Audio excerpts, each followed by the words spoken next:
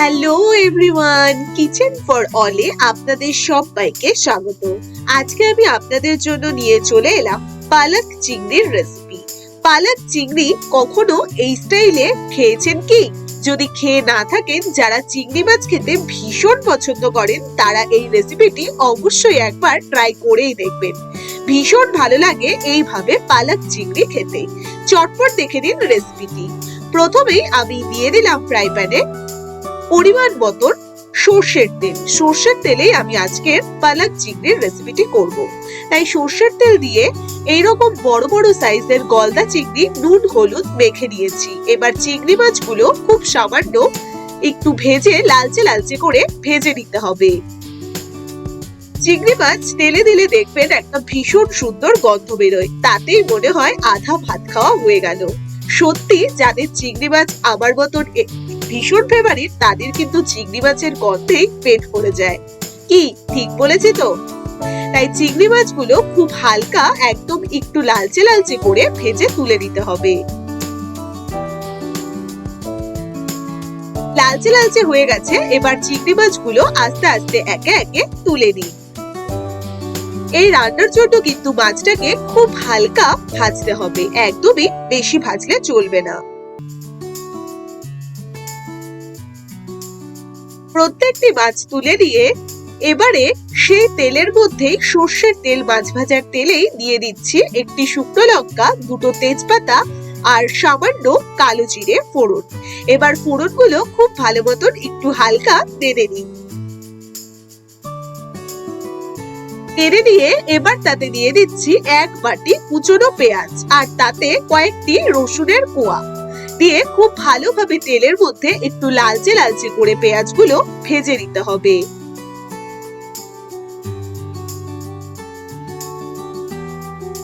পেঁয়াজটা একটু খানিকক্ষণ রেখে লালচে লালচে করে ভেজে নিই। একটু কালারটা চেঞ্জ হয়ে এলে এবার তাতে দিয়ে দিতে হবে 1/4 cup tomato puree. Tomato puree দিয়ে খুব ভালো করে সবটাকে নেড়ে চেড়ে একটু ভাজা ভাজা করে নিই। তাহলে কাঁচা টমেটোর যে গন্ধটা রান্নাতে আসে না, খেতে ভীষণই ভালো লাগে। একটু টমেটোটা সেজন্য প্রথমেই দিয়ে দিতে হবে। এবার টমেটোটা দিয়ে নাড়াচাড়া করে এখানে আমি একটি পেস্ট তৈরি করে নিয়েছি। পালং শাক, তাতে দিয়ে নিয়েছি 4-5 কোয়া রসুন, অল্প সামান্য আদা আর 6-7টা কাঁচা লঙ্কা খুব ভালো করে মিক্সিতে পেস্ট করে দিয়েছি। এবার সম্পূর্ণ পেস্টটাকে দিয়ে দিলাম এর মধ্যে। একদম স্মুথ দেখুন পেস্টটি তৈরি করে দিয়েছি। এবার সম্পূর্ণ পেস্টটা এর মধ্যে দিয়ে খুব ভালো করে 5 থেকে 7 মিনিট নাড়াচাড়া করে কষাতে হবে। হাই ফ্লেমে রেখে 5-7 মিনিট খুব ভালোভাবে নাড়াচাড়া করে কষিয়ে নিতে হবে। তাহলে যে কাঁচা একটা গন্ধ পালং শাকের, সেই গন্ধটা একদমই থাকবে না। এবার তাতে দিয়ে দিচ্ছি একে একে 1 চামচ হলুদ গুঁড়ো, 2 চামচ জিরের গুঁড়ো, স্বাদ মতন নুন আর অল্প 1 চামচ চিনি। খুব ভালো করে সবকিছুকে নাড়াচাড়া করে মিশিয়ে দিই। মশলাগুলোর সাথে একবারে খুব ভালো করে কষাতে হবে সম্পূর্ণ।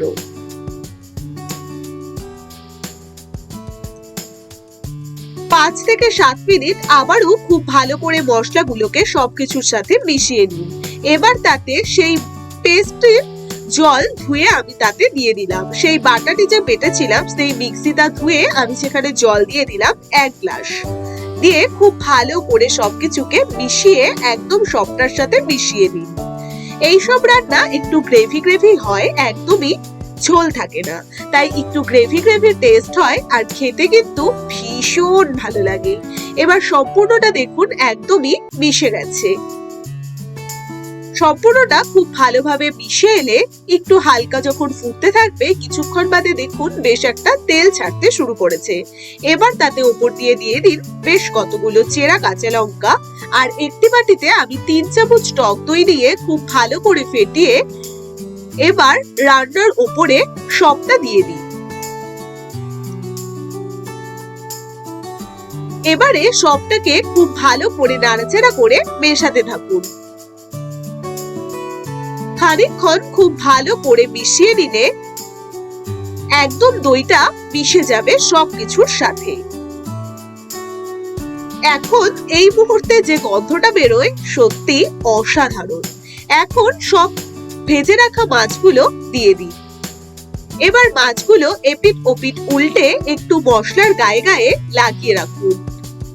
মশলাটা যাতে মাছের গায়ে লেগে থাকে এইরকম করে উল্টে পাল্টে মাছগুলোকে দিতে হবে। দিয়ে যখন ফুটতে শুরু করবে সব শেষে ওপর দিয়ে দিচ্ছি 1 চামচ গরম মশলার গুঁড়ো। 1 চামচ গরম মশলার গুঁড়ো আর দিয়ে দেব হাফ কাপ মতন, হাফ কাপ কি হাফ কাপের চেয়ে কম 1/3 কাপ মতন জল, হালকা জল। তাহলে যে একটু ফুটবে আরো গ্রেভি হয়ে যাবে, তাই একটু হালকা অল্প জল দিয়ে মাছগুলোকে এপিট ওপিট উল্টে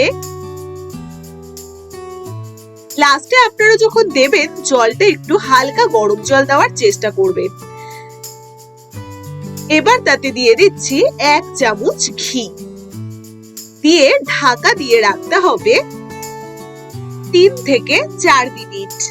3-4 মিনিট ঢাকা দিয়ে রাখলে এবার ঢাকনা সরিয়ে দেখুন ভীষণ সুন্দর একটি গন্ধ বাড়িয়েছে, আর খেতে কিন্তু অসাধারণ। যেরকম দেখতে লাগছে সেরকমই খেতেও ভীষণ টেস্টি।